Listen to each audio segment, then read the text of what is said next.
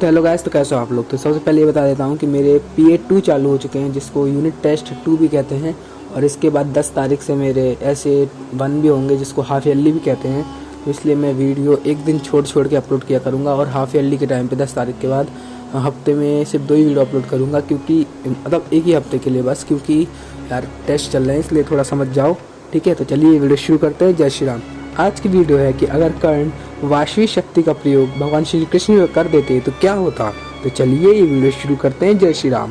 तो सबसे पहले तो मैं आपको बता दूं, वाशवी शक्ति देवराज इंद्र ने कर्ण को दी थी, और ये देते समय देवराज इंद्र ने कर्ण को एक वरदान दिया था। इस शस्त्र का प्रयोग तुम किसी पे भी करोगे वो मर जाएगा, और इसका निशाना अचूक होगा, इससे बचना असंभव होगा। कोई भी योद्धा या कोई भी इसको रोक नहीं सकेगा, और इसका प्रहार अचूक और अजय होगा, ये कभी हारेगा नहीं। तो और भगवान श्री कृष्ण की बात की जाए तो भगवान श्री कृष्ण स्वयं नारायण के अवतार हैं। तो पहले मैं आपको बता देता हूँ कि अगर कर्ण श्री कृष्ण पे वाशवी शक्ति चला देता तो क्या होता। इसमें कोई डाउट नहीं था, भगवान श्री कृष्ण 1 सेकंड के अंदर कर्ण की वाशवी शक्ति के हजारों टुकड़े कर सकते हैं।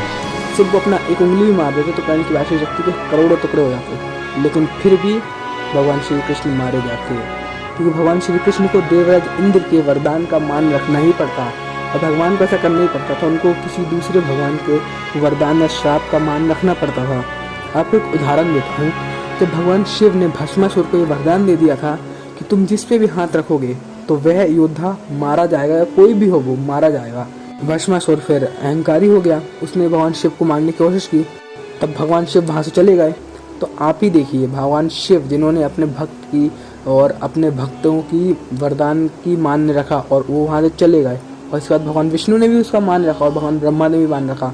चाहते तो ये तीनों बड़ी आसानी से भस्मासुर को नष्ट कर सकते थे, भले वो उसे हाथ रखने नहीं देते, पहले मार देते, लेकिन उन्होंने उसके वरदान की मान रखा।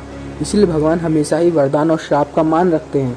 मानता हूँ कर्ण ने कई सारे श्रापों को तोड़ दिया था, अपनी पावर से उसे ओवरकम कर दिया था, क्योंकि कर्ण के दृढ़ निश्चय और विल पावर इतना था कि कर्ण के सामने वो श्राप भी फीके पड़ गए थे।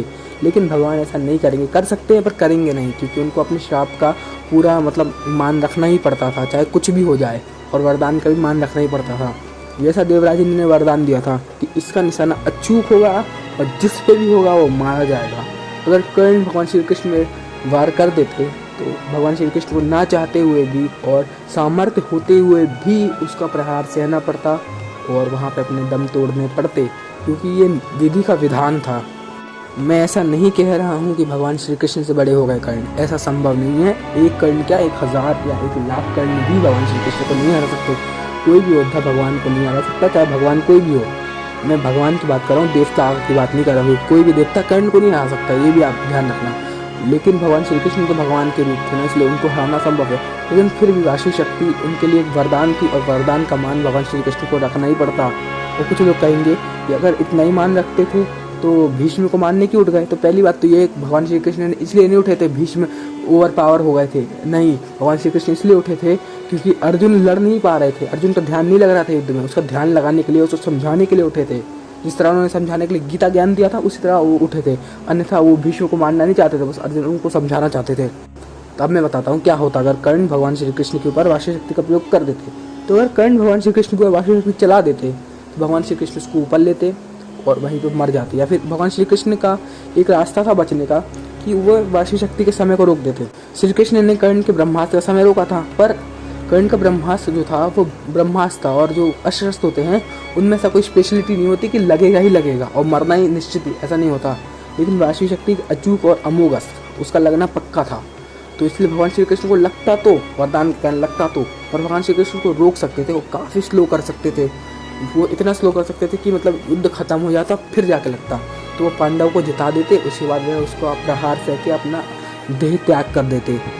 आई होप तुम अंधभक्त नहीं होगे और तुम समझोगे मैंने क्या बोला है इस वीडियो में।